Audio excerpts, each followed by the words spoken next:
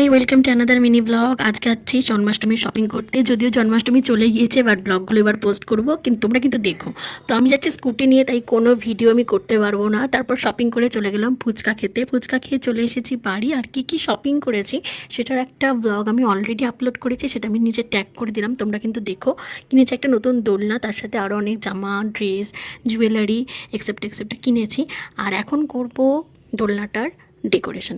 তো প্রথমে দোলনাটাতে আমি একটা বেদি করব, যেহেতু দোলনাটা একদম নর্মাল বসে আছে।